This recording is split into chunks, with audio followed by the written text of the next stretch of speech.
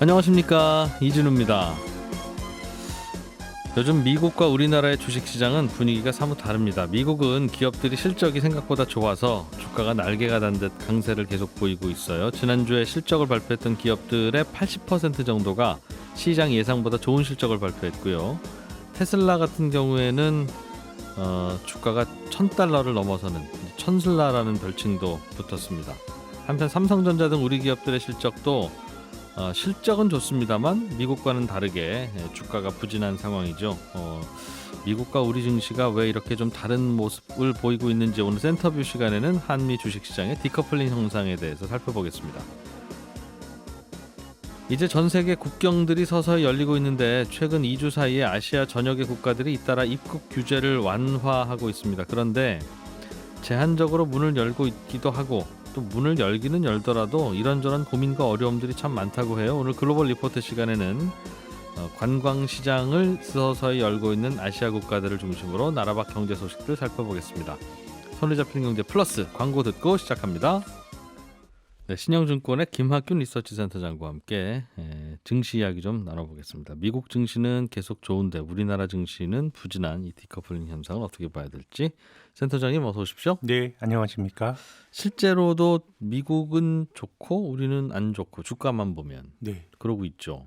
예, 미국은 사상 최고치니까요. 예, 근데 우리는 지금 뭐 3천선 돈을 장중에 또 아래로 내려가기로 했으니까요. 그래서 거의 금년도 한 6월 정도까지는 글로벌 증시의 동조화가 나타났었습니다. 네, 예, 조금 더 오르고 덜 오르는 나라는 있어도 대체적으로 좋았는데 3분기부터 조금 이제 미국과 한국 증시가 다른 길을 가다가 뭐 10월 들어서는 격차가 다시 좀 커지는 것 같은데 네, 근데 지금 미국 시장만 괜찮은 거는 아니고요. 대체적으로 구미권이 괜찮습니다. 구미라 하시면 미국, 유럽까지요. 예. 예, 영국과 이탈리아가 또 오늘 새벽에 연중 최고치를 기록했고 독일, 프랑스도 한 1% 오르면 또 최고치니까요. 예, 이제 그쪽은 뭐 별로 밀린 게 없는데 우리나라는 6월의 종합주가지수의 연중 고점이 3,300인데요. 그거 치면은 한 10% 밀렸습니다. 네, 근데 한국만 그렇게 부진한 게 아니고 또 부진한 그룹이 있는데 네. 일본이 한 7% 밀렸고요. 연중 최고 최고치 대비, 대비, 예. 이제 미국이나 유럽은 사상 최고치인데 한국은 10% 밀려 있고 일본은 한 7% 밀려 있고 네, 대만도 한 6.5% 밀려 있고 중국도 한 5% 밀려 있고 또 중국 본토 증시는 외국인들에게 개방도가 굉장히 낮은 시장입니다. 네. 그래서 글로벌 증시와 조금 다르게 움직이기도 하는데 이 중국 본토 기업 중에서 홍콩 증시에서 상장돼 있는 기업들 가지고 또 만들어 놓은 H 지수란 게 있는데 예.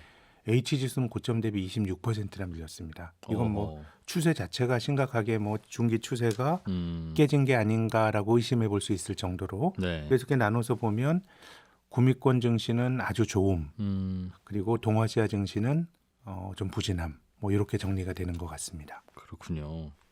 가끔 이렇습니까? 아니면 굉장히 이례적인 현상입니까? 코로나 팬데믹 이후로는 이렇게 차별화가 나타나는 게 거의 처음 나타나는 현상이고요. 근데 이제 그 이전으로 시계추를 좀 돌려보면 2011년부터 2019년까지 한국은 길게 보면 박스권에 머물러 있었는데 지난 10년. 미국만 계속 올라갔던 그런 현상이 있었고 우리 증시가 10년 동안 부진했을 때 일본은 중간에 아베노믹스 뭐 이런 게 들어오면서 주가가 좀 많이 올랐고 대만도 한국과 비슷하게 한 2017년까지 박스권에서 움직이다가 네. 조금 좋아지긴 했지만 성과가 좋지 못했고 예. 뭐 중국은 뭐 장기적으로 주식시장 성과가 안 좋았기 때문에 어떻게 보면 제조업 중심의 국가가 부진하고 미국과 같은 나라가 올라갔던 거는 최근에 몇 달의 현상이기도 하지만 지난 한 6, 7년 동안에 코로나 이전에 우리가 또 봤던 현상이기도 합니다. 그 기간 동안 유럽으로 시계를 좀 넓히면 그분들 주가는 어땠습니까? 그때 유럽은 피그스 이런 국가들의 주가는 별로 안 좋았고요. 유럽에서는 오직 독일 주가만 좀 좋았습니다. 그러면 지난 10년은 그냥 미국 하나 더 하자면 독일 정도의 시대였다. 미국, 주가로 독일, 보면. 일본인데 독일, 예. 일본은 또 어떤 코드가 있냐면 환율에서 엄청나게 덕을 받습니다. 일본은 아베노믹스 하면서 엔달러 환율이 굉장히 이제 높아지면서 예. 이제 수출하는 기업들이 덕을 많이 받고 독일의 경우는 이제 우리가 유로존 재정 위기가 한 2014년까지는 지속이 됐거든요. 예. 그러니까 유로화가 굉장히 이제 그때 많이 약해졌었습니다. 그 덕에. 예, 독일이 GDP 대비 경상수지 흑자가 한 7% 이상 나는데요. 독일이 예전처럼 마르크화를 썼다 그러면 통화가 엄청나게 강해졌을 텐데 펀더멘탈이 좀 나쁜 그리스, 뭐 아일랜드 이런 나라들과 아일랜드 물론 좀 좋아졌습니다만은 이런 나라들과 같이 환율을 쓰다 보니 통화를 쓰다 보니 유로가 약해지면 덕을 받고 그래서 발전된 자본주의 나라로 장기적으로 좋았던 거는 보면 미국이 독주, 미국 정도. 그리고 환율 덕을 본 뭐 독일과 일본이 평타 이상했고 인도 같은 나라가 또 장기적으로 좋았고 네, 뭐 이렇게 평가를 할 수 있을 것 같습니다. 인도 좋은 거는 미국 좋은 거랑은 이유가 또 다를 테니까 그거는 따로 나중에 연구해 보더라도 네네. 오늘은 왜 미국만 저런가 그리고 우리는 왜 못 가나 이제 이 질문이 좀 중요해 보이는데 네. 미국은 왜 그렇게 좋습니까? 최근도 그렇고 지난 10년도 그렇고. 이제 뭐 미국은 그 소위 4차 산업혁명이란 걸 주도를 하는 이 황으로 대표되는 기업들의 혁신이 뭐 두드러지게 나타나고 있는 것 같고요. 예전에 우리가 닷컴 버블 때도 미국 주도의 어떤 생산성 혁신을 다 같이 경험을 했었는데 그 이후로 인터넷 세상에서는 개방화가 많이 이제 진전이 되면서 좀 미국과 유사한 기업들의 짝퉁이 많이 나오지 않는 것 같아요. 예전에 이제 닷컴 시절에는 뭐 미국엔 야후가 있고 한국도 무슨 닷컴이 있고 그랬는데 물론 각 로컬 기업들도 뭐 미국 구글이라는 기업 굉장히 훌륭하고 한국의 네이버도 매우 이제 훌륭한 기업이죠.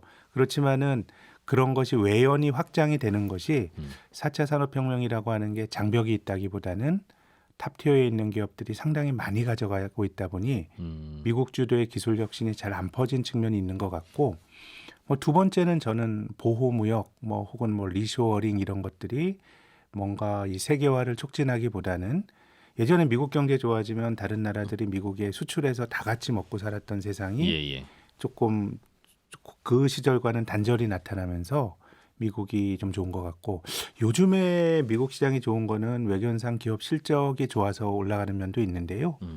우리나라도 사실 실적이 나쁘다고 말하긴 힘든데 네. 미국 기업들의 실적에 대해서는 투자자들이 아주 후하게 평가해주고 한국은 조금 박하게 평가를 하는 면이 있는 것 같습니다. 그게 제 생각에는 저는 뭐 대만도 마찬가지라고 생각하는데 한국과 대만에 있는 동아시아 국가들의 경우에는 소위 시클리컬 기업들이 굉장히 많습니다. 언제든 나빠질 수 있고. 예. 그러니까 지금은 사실 경기가 나빠졌다고 말할 수는 없습니다. 뭐 한국 수출도 괜찮고. 근데 앞으로 경기를 보여주는 선행성 지표들 예를 들면은 뭐 한국의 경기 선행 지수 이게 이제 6월에 고점을 치고 둔화가 되는 거죠. 그럼 이게 내년 정도에는 경기가 둔화될 거예요라는 신호를 보여주는 거거든요. 지금은 그리 나쁘지 않지만 또 중국의 뭐 대표적인 경기 선행성 지수인 제조업 PMI 같은 것도 아주 나쁩니다. 그러니까 투자자들이 그런 걱정을 하는 것 같습니다. 지금 숫자는 괜찮은데 글로벌 경기에 많이 노출이 된 기업들이 많고 경기가 일단 하강으로 가게 되면 너네들의 실적은 지금 애널리스트를 보는 숫자보다 굉장히 많이 안 나올 수도 있다라고 하는 그런 우려가 좀 투영이 돼 있는 게 아닌가라고 생각을 합니다. 뭐 구조적으로 한국 시장이 다른 나라보다 저평가받는 이유도 이익의 변동성이 커서 그렇거든요. 미국 기업은 그럼에도 불구하고 이익을 계속 좋을 거라고 생각하는 거예요. 조금 성격이 시클리컬에 대한 비중이 한국보다 좀 높은 면이 있고 그리고 또 한 가지 설명할 수 있는 거는 미국 기업들이 요즘도 주주 환원을 너무 많이 합니다. 과하게. 기업이 돈도 잘 벌지만 미국의 시가총액이 큰 기업들의 상당수는 S&P 500 기업 중에서 500개 중에서 제가 그 지난 2분기까지 보면 한 70여 개 정도 기업이 당기 순이익보다 주주 환원을 더 많이 하고 있습니다. 뭐 자사주 매입을 더 많이 한다라든가 그러다 보니까 지금은 이제 미국이 기업 실적에 대한 안정성도 조금 뭐 상대적으로 높은 평가를 받고 그리고 자사주 환원 기업들이 벌어들인 돈 가지고 또 주주들에게 돌려주는 목도 많다 보니까 주가가 굉장히 크게 차별화가 되는 것 같습니다. 그럼 왜 우리나라는 주주들에게 그렇게 적극적으로 환원하는 걸 못할까? 예, 그게 아까 말씀드린 한국 산업의 구조가 이런 그 소위 시클리컬 반도체가 대표적이죠. 우리 정말 반도체 경쟁력 있는 기업이 있다는 건 한국 경제에 저는 큰 축복이고 투자자들에게도 아주 좋은 일이지만 돈 벌면 계속 투자해서 라인을 늘리고 공정 혁신을 해야 되거든요. 그런 비즈니스가 있고 구글이나 아니면은 뭐 애플과 같은 회사는 투자가 필요 없는 회사니까 네. 뭐 이제 기업 현금을 가져놓을 필요도 없어요. 그냥 벌면 주주들에게 다 돌려주고 그냥 뭐 그때그때 번 돈으로 유지를 하다 보니까 뭔가 투자를 많이 하는 기업들은 예비적 동기로라도 기업에 돈을 좀 많이 쌓아놓고 있어야 되거든요. 목돈이 틈틈이 들어가니까. 예. 근데 조금 이제 어떤 그런 기업의 체질의 차이가 이건 뭐 한국과 미국이라기보다는 미국과 기타 다른 나라 이렇게 평가를 해도 범주가 더 맞을 것 같은데요. 좀 미국 기업들이 그런 점에서는 참 주주들에게는 좋은 뭐 그런 투자의 대상이 되고 있는 것 같습니다. 팡이라고 불리는 요즘 그 신개념 회사들 말씀이신 거죠, 주로? 네, 미국. 팡을 비롯한 아닌데 우리에게도 익숙한 뭐 스타벅스라든가 도미노 피자라든가 이런 회사들이 뭔가 무형의 질서를 가지고 네. 비즈니스를 하는 회사들 아닙니까? 커피숍이 많은데 사람들이 스타벅스만 가는 거는 거기에는 우리가 계측하기 힘든 무형의 자산이 있는 것인데 네. 뭐 그런 어떤 힘이 지금 힘을 발휘하고 있는 거 아닌가 싶습니다. 네. 부러운 미국 얘기는 뭐 일단 잠깐 접어두고요. 우리나라 기업은 실적 괜찮다고 말씀을 주셨는데 네, 삼성전자도 실적 발표했는데 어제 괜찮았죠? 네, 괜찮았습니다. 삼성전자는 특히 나는 주식 투자 안 하고 삼성전자 주식만 갖고 있어 하는 분들도 많아서 네, 네, 300만이니까요, 주주가요. 네, 네. 그래서 이 삼성전자 주가는 앞으로 그럼 뭘 어떻게 하면 좀 변수가 되거나 오를까 이것도 고민이실 텐데. 너무 이것이 그 어떻게 보면 주식 전문가 입장에서 무책임하게 들진 않으셨으면 좋겠는데 예. 삼성전자는 굉장히 무거운 주식이거든요.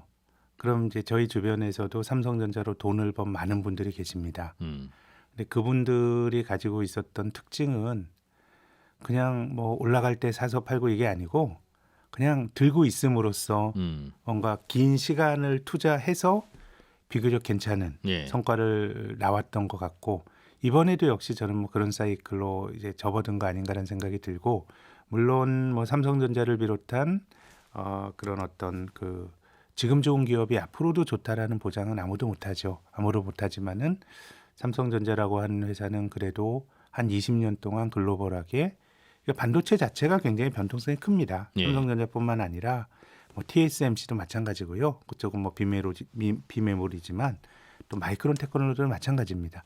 이런 것들이 바뀌는 과정에서 이익의 변동성이 크고 다 같이 어려웠지만 시간이 지나고 나면은 지배적 사업자들이 경쟁력이 더 공고해지고 이런 사이클이었던 것 같아요. 그런 거라 그러면 삼성전자는 뭐 사이클을 잘 타는 것도 뭐 모든 주식 투자에 필요합니다만은 그 돈의 성격이 그냥 내가 특히 요즘 삼성전자는 배당 수익률이 한 2.89% 되거든요. 그러면 조금 예전보단 버티기가 좀 좋아졌기 때문에 뭐 그런 사람들이 사야 되는 주식 아닌가. 사놓고 좀 신경 안 쓰고 예. 배당 받으면서 버티다 보면 주가가 올라가 있고 그러니까 말씀드린 것처럼 미래도 그럴 거란 보장은 없지만 지금까지는 그런 류의 투자자들이 돈을 벌었던 주식인 것 같습니다. 그럼 버티고 기다려야 어느 날 또 올라 있고 그렇다는 것은 지금 현재 상황은 네. 그동안 좋았던 부분을 다소는 과하게 반영을 해서 지금 꽤 좋음에도 불구하고 주식은 잘 안 움직인다 그렇게 이해하면 과하게 되나요? 반영했다기보다 예. 앞으로가 꺾였을 때에 대한 걱정이 좀 큰 것 같습니다. 반도체는 그 메모리 반도체는 업황이 좋을 때와 애널리스트 엄청나게 틀립니다. 예. 틀리는 것도 보통 틀리는 게 아니고 직전에 2017년에 반도체 경기가 좋았고 2018년 하반기부터 또 몇 년 안 좋았는데 예. 그때 반도체만 하는 SK 하이닉스 영업이익의 감익의 폭이 사이클이 정점일 때보다 한 80%나 이익이 줄어듭니다. 원래 그런 비즈니스입니다. 또 예, 좋아지면 예. 한꺼번에 돈을 왕창 벌고 예. 이제 그러다 보니까 투자자들이 뭔가 이제 그런 거에 대한 걱정들이 사실 삼성전자가 주가가 뭐 10만 원 가까이 갈 때도 뭐 유수의 기업들과 비교해서 뭐 대단한 버블이었다 이렇게 말하기는 힘든데 예. 이제 그 속성상 앞으로 꺾일 거에 대한 투자자들의 걱정이 좀 크게 작용을 하고 있는 것 같습니다. 반도체 산업의 특성으로만 잠깐 보면 예전에는 말씀하신 대로 경쟁자들도 정말 많고 그래서 네, 어느 해에는 흑자가 크지만 또 다음 해에는 적자가 크고 네. 뭐 그런 시절도 있었는데 몇 개는 또 망하고요. 그렇죠. 그러면서 굉장히 어떻게 보면 기업들이 난립돼 있던 그런 상황이 있었는데 이제 최근에는 거의 몇몇 기업들이 과점화된 형태로 가면서 네. 이제 예전처럼 험해지진 않은 것 같습니다. 그래서 한 15년 전만 해도 하이닉스 반도체가 하이닉스 이전에 아까 하이닉스 반도체죠. 네네. 현대 반도체 예. 시절에는 반도체 경기가 꺾이면은 이제 뭐 디폴트 이야기도 나올 정도로 회사 망한다는 예, 뭐 얘기죠. 그런 논란들이 되게 많았었거든요. 예. 근데 반도체와 관련해서 요즘 한 가지 변수가 있다 그러면 지금까지는 뭐 사이클이 그랬고 예. 또 좋은 사이클이 오면은 또 이제 주식이 회복이 될 거야라고 하는 게 이제 지금까지고 예. 저는 뭐 반도체 투자자라면은 저는 한 80% 정도는 그런 믿음을 가지고 저는 버티셔야 될 때라고 조언을 드리고 싶은데 한 20% 정도 달라진 거는 요즘 이제 글로벌 밸류체인 변화와 관련된 여러 가지 논의들이 많지는 않습니까? 예. 미국 상무부 같은 데서 이런 삼성전자 개별 기업 기밀 같은 것도 너네 데이터를 내줘 뭐 이렇다고 하는데 요즘 반도체와 관련해서 좀 과거와 달라진 점은 이 반도체 산업을 주도했던 게 삼성전자입니다. 예. 삼성전자가 투자를 왕창 늘리고 그럼 단가가 막 떨어지잖아요. 그럼 후발 업체들이 수율을 못 맞춰서 어려워지고 그 과정에서 또 삼성전자를 비롯한 한국 회사들의 그 지배적 지위가 강화되는 거였는데 요즘은 3위, 4위 업체가 제 느낌에 오히려 투자를 막 한다고 나서는 것 같아요. 그거는 제 생각에는 약간의 최근에 우리가 보고 있는 글로벌 밸류체인의 변화나 아니면 약간의 좀 내셔널리즘적 경향 이런 것과 관련해서 뭐 인텔의 그 관계자는 그런 얘기도 했다는 거 아닙니까? 한국이나 동북아는 조금 위험한 지역인데 중국의 영향권. 중국이나 뭐 한국 같은 경우는 북한과의 지정학적 예. 위험도 있는데 그러면 반도체 칩을 그런 데서 만드는 게 맞는 거야라는 얘기를 한 게 불과 뭐 한 1, 2주 전의 얘기니까 혹시 그런 것들이 과거와 좀 그 다른 그 경로가 만들어질 예. 주가의 경로가 만들어질 하나의 리스크일 것 같은데요. 근데 뭐 크게 보면 뭐 그런 것들을 메인 변수를 가지고 의사결정을 내리는 것도 또 위험하니까 예. 뭐 지금은 바닥이다라고 이런 생각은 안 들지만 그럼에도 불구하고 뭐 한 1년 반, 2년 정도 놓고 보면 지금 정도 주가가 또 좋은 가격이었을 수도 있다라는 생각은 듭니다. 걱정이 항상 없는 때는 없었지만 없죠. 네. 그러나 요즘 반도체 시장에 대한 걱정은 좀 색다르거나 네. 큰 고민일 수도 있겠네요. 그럴 수도 있다고 봅니다. 네. 예전에는 그냥 한국의 삼성전자와 하이닉스한테 사쓰자라고 하는 분위기에서 네. 야 마이크론 너희들이 빨리 미국에다 공장 지어 우리가 그거 사줄 테니까 네. 라는 쪽으로 급격히 돌면 이게 시장의 판도가 또 달라질 수도 있어서 달라질 수도 있고 물론 이제 지나고 나면 예. 제가 이제 반도체가 이러이러한 사이클이었습니다라고 결과를 알고 말씀을 드렸는데 중간중간에는 그 당시에도 불확실성이 엄청나게 많았던 역사였던 거죠. 헷갈리기도 하고 다만 뭐 길게 보면 그런 경쟁력이 계속 강화되는 역사였고 예. 기업 자체로 놓고 보면 제 생각에는 뭐 그게 훼손이 된 건 아닌 것 같은데 이 외적인 변수에 대해서는 우리가 아주 메인 시나리오로 생각할 수는 없지만 하나의 어떤 좀 가능성. 늘 그 관찰해야 될 변수로 볼 필요는 있는 것 같습니다. 시간이 한 1, 2분 남아 있는데 그 최근에 관심 있게 들여다보는 지표 그 말은 야 앞으로 요게 변수가 될 것 네. 같아라고 하는 거니까 같은 질문이겠습니다만 그게 뭡니까? 저는 소비자들에 대한 서베이를 좀 눈여겨봐야 될 것 같습니다. 왜냐하면 지금의 성격이 뭔가 이 비용이 높아지고 이러면서 사람들이 살기가 힘들어지는데 예. 이 에너지 가격이 지금 올라가는 거는 탄소 중립이라고 하는 것과도 저는 분명히 연결이 되어 있다고 봅니다. 이제 그동안 이것저것 신경 안 쓰고 살다가 이제 인류가 환경도 신경 쓰고 고상하게 생각하다 보면 뭔가 비용이 드는 거거든요. 예. 근데 뭐 이런 것들이 결국은 정치적 선택인데 사람들이 굉장히 삶의 고통이 그 어떤 커지고 이렇다 그러면 탄소 중립이라고 하는 그런 어떤 도도한 물결을 거슬러 갈 수는 없다고 생각하는데 그럼 뭐 언제까지 어떻게 하느냐라고 하는 건 결국은 선택이거든요. 그랬을 때 지금처럼 뭐 우리나라의 경우 굉장히 좀 완고한 계획이 나갔고 예. 뭐 이번 주말인가요? 스코틀랜드에서 또 기후변화 협약 당사국 회의가 있는데 그런 과정에서 에너지 가격 급등에 대해서 어떤 선택을 내리느냐 조금 유연한 뭐 생각이 나온다 그러면 유연하다는 건 친환경 좋긴 좋은데 좀 속도를 늦추자. 속도를 늦추자. 그런 다른 변화가 노르웨이 같은 데서 나왔거든요. 예. 노르웨이 이런 나라들 뭐 이제 산유국이긴 하지만은 탄소 중립 이런 것들 관련 목소리 높이던 회사인데 예. 그동안은 산유국이면서 다른 쪽의 성장의 경로를 찾았는데 일주일 전에 이제 노르웨이 수상의 이야기는 우리는 또 원유에서도 또 나름 할 수 있는 역할을 찾겠다라고 하니 네. 결국 이것이 선택의 문제이고 정치인들을 움직이는 거는 사람들이 느끼는 생각. 삶의 고통이기 때문에 그런 어떤 소비자 서베이 이런 것들이 조금 중요한 정책과 관련된 중요한 변수가 아닐까 물가도 그렇고 생각합니다. 사람들이 느끼는 경제에 대한 고통 지수라든가 그런 것들이 네, 강해지면 네. 야 우리 친환경 너무 빨리 하다 보니까 생긴 부작용이네라고 해서 속도가 뭔가 늦춰질 미시 거고. 조정이 나타날 뭐 그런 게 세상에 그런 게 없진 않다고 생각합니다. 그렇겠죠. 다 우리가 선택하고 잘 살기 위해서 하는 거니까요. 예. 그렇게 되면 어떤 결과가 올까요? 만약 그렇다면 소비자들이 그런 쪽으로 생각과 그 방향을 정하게 되면 지금 생각하고 있는 원자재 가격이 올라가고 해서 나타나고 있는 예. 여러 가지 인플레이션과 금리 이런 것들이 그런 환경이 만들어진다 그러면 걱정이 상당히 덜어질 수도 있을 거라고 생각합니다. 오히려 네. 소비자들이 좀 그런 그 부분에 대해서 예민하게 생각하고 고통스럽다는 얘기를 하면 네. 주가나 이런 데는 도움이 되는 건가요? 오히려 지금 뭐 워낙 아까 반도체도 말씀드렸습니다만은 경제 외적인 논리가 자산 시장에도 많은 영향을 줄 수 있기 때문에 그런 식의 어떤 압력이 네. 뭔가 여러 가지 어떤 정치적 프레임을 바꿀 수도 있다고 생각합니다. 그렇군요. 신영증권의 김학균 리서치센터장이었습니다. 고맙습니다. 감사합니다. 예, 놓치기 쉬운 나라와 경제 소식을 살펴보는 귀로 듣는 세계 여행 글로벌 리포트 시간입니다. 해담경제연구소의 어예진 여행 가이드 나오셨습니다. 안녕하세요. 어예진 소장님. 네. 최근에 드디어 이제 해외 여행의 물꼬가 트인다. 네. 이미 놀러 가는 분들도 많더라. 네. 라는 뉴스들이 자꾸 들립니다. 그렇죠. 예. 그런데 이게 뭐 그렇게 뉴스에서 보시는 것만큼 간단한 문제는 아니더라고요. 영국 주간지 이코노미스트가 지적한 내용이 있어서 가져와 봤는데 해외 관광객에 대해서 문을 여는 아시아 국가들이 최근 들어서 많이 늘어나고 있어요.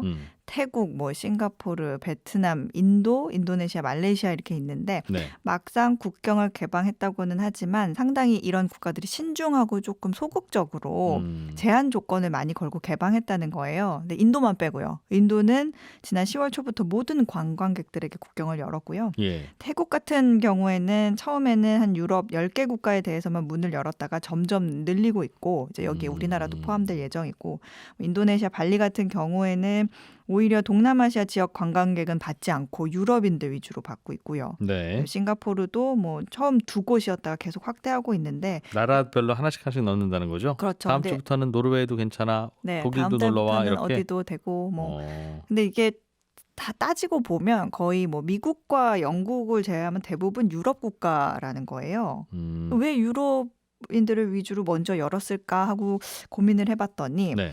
유럽인들이나 이제 미국인들 같이 멀리서 오는 사람들 있죠. 네. 이런 사람들은 더 오래 머물면서 더 돈을 많이 쓰고 가기 때문이에요. 그러니까 우리가 보통 아시아 지역 여행 가는 거랑 유럽이나 네네. 미국 가면 하루 이틀 있다 오지 않잖아요. 그런 것처럼 유럽인들, 미국인들도 아시아에 여행 올 때는 하루 이틀이 아니라 굉장히 오래 머물면서 돈도 많이 쓰고 간다는 거죠. 예. 그래서 이제 그 방문자당 지출이 더 많다는 겁니다. 전 세계 아시아인들에 사람들 비해서. 다 받을 수는 없으니. 네. 왜 다 받을 수 없어요? 다 받죠, 그냥. 아무래도 방역 문제도 있고 막상 이 나라들이 지금 백신 접종률이 뭐 이렇게 굉장히 높지만은 않아요. 높은 곳도 있지만 아직 뭐 한 30-40%에 머무르는 곳도 있어서 손님들 오면 다시 또 덮어질 수 있다. 네. 그게 걱정인데 그렇다면 받을 수 있는 사람은 한계가 있으면 한 번 올 때 돈 좀 많이 쓰고 가는 분들 받다. 네. 그래서 우리나라는 못 가는 나라들도 아직은 있겠네요. 그러면 아직은 아시아 있습니다. 국가들인데. 네. 그렇군요. 문 열 준비는 다 돼 있어요? 즉 뭐 어차피 좀 있는 호텔 그냥 쓰면 되나요? 어떤가요? 준비가 좀 덜 됐어요. 앞에서 이어지는 얘기긴 한데 이렇게 조금 뭐 접종률도 조금 낮고 이런 상황에서 굳이 이렇게 빨리 오픈을 하는 이유는 관광 산업이 차지하는 나라 경제에서 관광 산업이 차지하는 비율이 이 아시아 국가들이 굉장히 높기 때문입니다. 뭐 유럽도 사실 뭐 높기는 하죠. 유럽도 뭐 GDP 대비 관광 산업이 차지하는 비중이 평균 한 10%대 정도 되는데 예. 이 아세안 국가들 같은 경우에는 그 앙코르와트로 유명한 캄보디아 있죠. 여기가 GDP 대비 관광 산업이 차지하는 비중이 한 30% 정도 됩니다. 네. 그리고 뭐 태국이나 필리핀 같은 경우에는 한 20%대가 되고 예. 뭐 라오스, 말레이시아, 싱가포르도 10% 이상이에요. 제가 그 세계 관광기구 UNWTO 자료를 좀 찾아봤는데 코로나 이후에 그 대륙별로 외국인 관광객의 증감률을 좀 봤거든요. 그러니까 아시아 퍼시픽 지역의 감소세가 월등히 높았어요. 예. 작년에는 마이너스 84%, 올해는 마이너스 95% 이런 식으로 감소를 했는데 뭐 유럽이나 아메리카 지역은 한 6, 70% 정도 감소하는 데 비하면 굉장히 높은 거죠. 네. 타격이 컸다는 얘기죠. 그러니까 결국에는 이 모든 것이 다 준비될 때까지 이 국가들이 기다리자니 관광객을 다른 나라에도 뺏길 수가 있고 그다음에 국가에 미치는 경제적 손해가 상당할 것이기 때문에 좀 성급하게 열었다 이런 얘기가 나와요. 아직 준비는 덜 됐는데 손님 받을 때 뭘 더 준비해야 되죠? 그냥 받던 거 받으면 되지 않나요? 받던 거 받으면 되는데 아무래도 지난 코로나 한 2년 가까이 문을 닫았었잖아요. 예. 휴점이 됐으니까 그 사이에 인원들을 다 잘랐겠죠. 해고를 했겠죠. 직원 다시 채워넣는 게 쉽지 네, 않다. 이 사람들을 다시 다 모아야 되는데 거의 음. 태국 같은 경우에는 지난해에만 관광업계에서 200만 명가량의 실업자가 생겼거든요. 근데 이 사람들부터 다시 다 채워놓고 준비를 해야 되는데 이게 말처럼 쉽지는 않죠. 그러면 관광객들도 가면 이거 예전 서비스도 아니고 예전 그 분위기 아닌데 하는 걸 느끼겠네요. 근데 지금 저희 느낌 아시겠지만 네. 가는 게 중요하지. 비행기를 타고 가는 게 중요하지. 기내식 먹으면 그냥 만족하는 거죠, 지금은. 그럼요. 예. 그래서 준비를 하고 다 열려면 내년 봄은 돼야 되는데 네. 그러면 겨울에 휴가 오는 유럽인들 그 수요를 다 경쟁국한테 놓치니까 그렇죠. 너도 나도 할 수 있다고 하고 달려들고 있다. 그렇죠. 그래서 조금 걱정스럽다. 서비스 좀 안 좋을 수도 있고 그러니까. 알겠습니다. 조금 다른 얘기긴 한데 앞으로 해외여행할 때 꼭 필요한 게 백신 접종 확인서, 네. 백신 패스? 그렇죠. 그 백신 맞은 분들이나 아니면 PCR 검사라고 한 걸 최근에 한 사람은 감염이나 확산시킬 가능성이 없으니 받아준다는 개념일 텐데. 그렇죠. 그걸 증명하는 것이죠. 이게 앞으로 여행할 때 오히려 혼란을 일으킬 수도 있다는 우려도 나오더군요. 네, 이게 뭐 백신 패스 접종을 완료했다 아니면 음성이다라는 결과를 담고 있는 아니면 뭐 감염 후에 완치가 됐다 이런 게 담긴 게 백신 패스인데 문제는 이게 전 세계 동일 시스템의 같은 이름이 아니라는 거죠. 그러니까 국가마다 사용하는 게 달라요. 우리가 많이 들어본 거는 뭐 유럽 지역의 그린 패스 이런 게 있고 예. 근데 막상 또 독일, 프랑스, 덴마크, 영국은 다 다른 걸 사용하고 있어요. 뭐 독일에서는 뭐 3G라고 불리는 백신 패스를 사용하고 있고 뭐 영국 같은 경우에는 뭐 어플이나 QR 코드를 사용을 하고 있고 당연하겠죠. 각자의 나라에서 알아서 만든 그죠? 거니까. 그리고 미국 같은 경우에는 네. 또 그 바이든 대통령이 데이터베이스로 우리는 만들지 않겠다고 하니까 그 종이로 된 확인증을 많이 사용을 해요. 꼬깃꼬깃. 주섬주섬. 그러니까 뭐 위조도 많고. 근데 그러니까 이 패스들이 상호 거의 운용성이 없다는 거죠. 그러니까 포함하는 내용은 같지만 이 백신 코드를 뭐 스캔해서 인식하는 방식도 다를 거고. 네. 그다음에 문제는 또 이 코드 안에 들어있는 정보 같은 뭐 예. 국가나 지역 개인 정보에 대한 또 내용을 담고 있으니까 작게는 뭐 개인 정보 유출부터 크게는 이 국가 그 보건 시스템이 노출될 수 있다 이런 우려가 있어요. 예. 그래서 지금쯤에 이제 전 세계적으로 이걸 좀 표준화할 시기가 됐다. 이런 지적이 나오고 있고 여권 패스포트 어느 나라나 비슷한 형태로 되어 있는 것처럼 네 그리고 세계보건기구 WTO도 이런 인증서에 최소한의 데이터를 좀 넣어달라 너무 많이 말고 예. 권고하는 지침을 지난 8월에 발표한 바가 있고요. 근데 이런 디지털 패스마저도 가짜가 지금 생겨나고 있어서 뭐 그런 문제도 있고 그리고 이거를 사용했을 때 공항에서 확인을 해야 되잖아요. 예. 그러니까 기존보다 대기줄이 더 길어져가지고 시간이 더 오래 걸린다 이런 얘기도 나오죠. 진짜 여행 가고 싶나 보네요. 그걸 위조를 그 위조해서 할 수 있는 게 여행 갈 수 있는 것밖에 없는데 정말 알겠습니다. 사우디아라비아 얘기네요. 네. 사우디아라비아에는 바다에 석유 시추 설비가 있는데 네. 그 위에다 놀이공원 만들었다고 다 만들었다고 하던데요. 거의 다 만든 것 같아요. 근데 아직 오픈일은 나오지 않았는데 예. 그 아라비아만 해상에 그 노후된 석유 굴착 시설이 있거든요. 예. 그 사우디 국부 펀드가 이걸 개조해서 놀이공원하고 리조트를 만들고 있어요. 그러니까 뭐 그 석유를 테마로 한 익스트림 파크다 이렇게 얘기를 하는데 여기 이름이 더 리그예요. 예. 그 더 리그라고 하면 그 석유나 천연가스를 그 채굴하는 그런 굴착 장치를 말하거든요. 그걸 저 리그라고 부르는군요. 리그 RIG 이렇게 하는데 이게 규모만 15만 평방미터에 달해요. 예. 거의 지금 제가 어제 홍보 동영상을 보고 왔는데 막 정말 영화같이 스릴 넘치는 배경음악이 막 흐르면서 바다 한가운데 엄청 큰 시설이 우뚝 서 있어요. 예. 근데 여기에 워터파크도 있고 롤러코스터도 있고 번지 점프, 스카이다이빙, 그다음에 카트 레이싱 하는 뭐 아니면 또 미니 잠수함하고 스쿠버 다이빙도 가능해서 석유 굴착 시설을 탐험할 수도 있는 거예요. 아, 실제로. 예, 예. 뭐 공연장도 있고 뭐 호텔도 한 3개 정도 들어서고 여기 또 해저 식당도 만든대요. 근데 이제 여기까지 가는 게 또 문제잖아요. 예. 헬리콥터를 타고 가거나 아니면 크루즈나 아. 페리 이런 식으로 다 연계된 그 관광 산업을 굉장히 일단 사우디까지 가서. 사우디까지는 가야죠. 음. 예. 근데 이게 대외적으로 말이 많기는 해요. 예. 그러니까 오히려 지금 탄소 절감하는데 환경 오염을 조성한다. 페리를 타고 가면서 쓰는 그런 것과 예. 예, 그래서 오히려 그런 탄소 배출 더 할 거다라는 것도 있고 아니다, 이 노후된 시설을 해체하기보다 오히려 재활용, 용도 변경해서 재활용하는 거니까 더 낫다 이런 의견도 있죠. 아, 지금 이제 석유 시추 설비 저거 이제 안 쓰는데 네네. 저거 제대로 남겨둘 수는 없고 해체할까 아니면 이렇게라도 활용할까를 놓고 네. 놀이공원 만들기로. 네. 관광 산업을 해보겠다는 뜻인가 봐요. 요즘 사우디가. 관광 산업에 사우디가 굉장히 관심이 많아요. 석유 팔아서는 이제 안 될 것 같다는 생각을 하는 모양이죠. 그렇죠. 이게 그 사우디를 비롯한 그 중동 국가들의 공통 문제이긴 한데요. 고민이긴 한데 석유 의존도를 좀 줄이고 경제를 좀 다각하기 위한 노력을 하고 있어요. 사우디가 예, 특히. 예.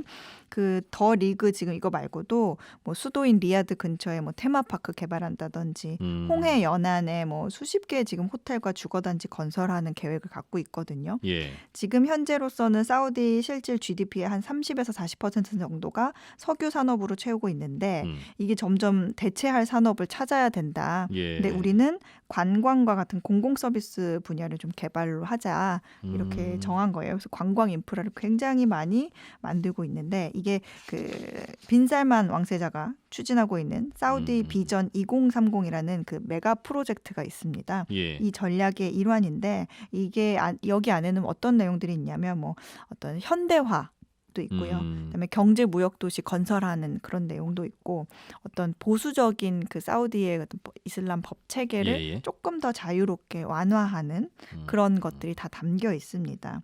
그래서 왜 이런 거를 하느냐라고 한다면 여태까지는 오일머니로 석유를 팔아서 굉장히 풍족한 생활을 하고 있었는데 지금 세계적 추세가 탄소 절감하면서 오히려 화석 연료에 대한 수요가 좀 줄고 있고 그다음에 뭐 셰일 오일이나 셰일가스 이런 거 뭐 신재생 에너지로 대체되면서 수요가 이렇게 줄 수도 있네. 이런 거를 느낀 거죠.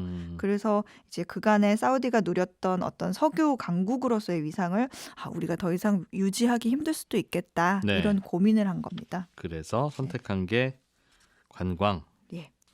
사실은 다른 산업 기반이 없으면 선택할 수 있는 게 그런 정도긴 한데. 저 사우디는 사실 사막 한복판에 있는 나라라서. 하기야 그 동네 옆 동네 그 두바이라고 하는 네네. 도시로 유명한 네. 나라 이름은 아랍에미리트. UAE. 그 나라가 그 이런 전략이죠. 이런 관광하러 오세요. 네, 굉장히 일찍부터 예. 이렇게 관광 산업을 키웠죠.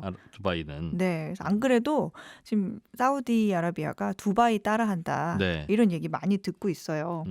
두바이 같은 경우에는 진작에 이 도시에 매장된 석유를 거의 다 팔아가지고 예. 그걸로 관광과 금융을 키우는 그런 전용 도시를 지었습니다. 지금은 중동에서 이제 두바이 하면 뭐 글로벌 기업들의 헤드쿼터가 있는 곳, 아니면 예. 관광을 가고 싶은 곳, 아니면 세계에서 가장 높은 건물이 있는 곳 이런 예. 인식이 생겼거든요. 근데 사우디는 그러니까 사우디보다 몇 년 앞서간 거죠. 그러니까 이런 앞서간 두바이를 벤치마크해서 자유무역지대를 지금 사우디에 똑같이 건설하고 있고요. 예. 그다음에 현대 시설들도 좀 모방하려고 하고 있는데 좀 대표적인 게 두바이의 그 부르즈 할리파라는 가장 높은 건물 있잖아요. 예. 그걸 넘어서는 높이만 1km에 달하는 세계에서 가장 높은 빌딩을 지금 짓고 있습니다. 근데 이제 본인들이 중동의 어떤 관광 도시의 상징이 되려는 시도인데 한편에서는 관광 외에도 이제 경제 금융 부분에서도 중동의 중심이 되기 위해서 두바이에 본부를 둔 기업들이 많거든요. 여기를 이제 좀 협박 회유를 해서 이 근거지를 우리의 수도 리야드로 옮겨라. 이렇게 얘기를 하고 있죠.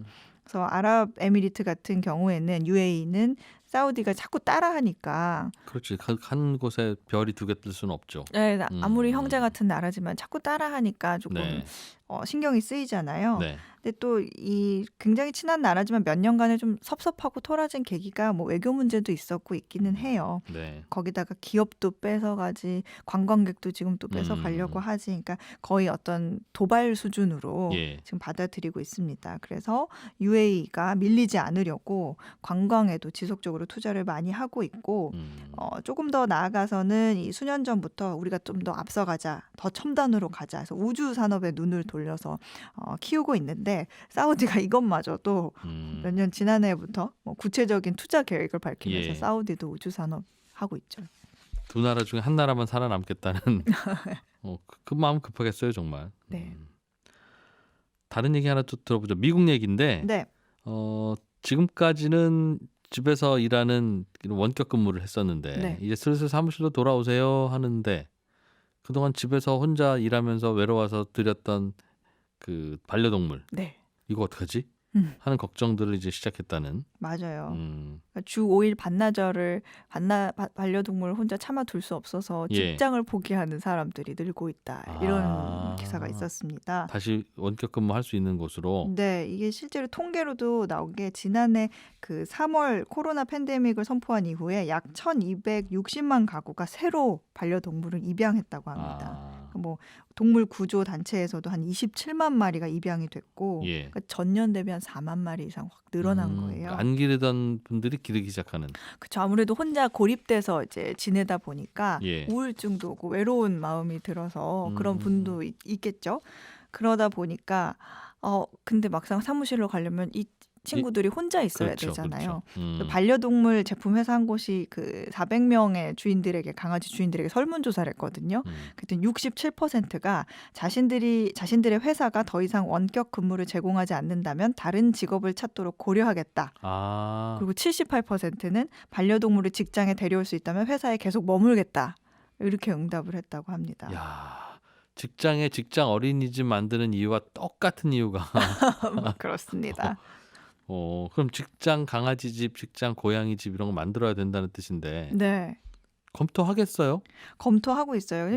근데 이미 된 곳도 있는데 예. 뭐 우리나라도 조금 많아지고 있긴 하지만 미국에서는 이런 곳들이 많이 지금 생기고 있고요.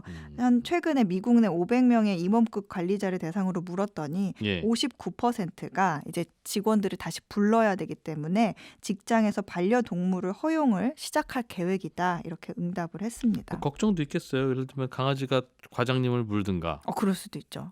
부장님이 부장님 물어 이럴 수도 있잖아요. 그렇게 말은 안 해도 눈치 딱 보면 눈치 보면 네. 저 친구가 우리 주인을 괴롭히는데 물어버릴까? 네, 그럴 수도 수도 있고 있고요. 강아지를 위아래 없으니까. 그다음 알러지 있는 분도 있고 안 좋아하시는 분들도 있잖아요. 예. 이런 게 굉장히 뭐 보험 책임 소재 이런 것도 굉장히 복잡하고 고민할 게 많네요. 네, 그래서 뭐 알겠습니다. 근무 일정을 조정한다거나 그런 식으로 해서 노력을 하고 있다고 합니다. 해담경제연구소 어예진 소장이었습니다. 예, 주말 잘 보내시고 저는 월요일 아침 8시 30분에 인사드리겠습니다. 손에 잡히는 경제 플러스였습니다. 고맙습니다.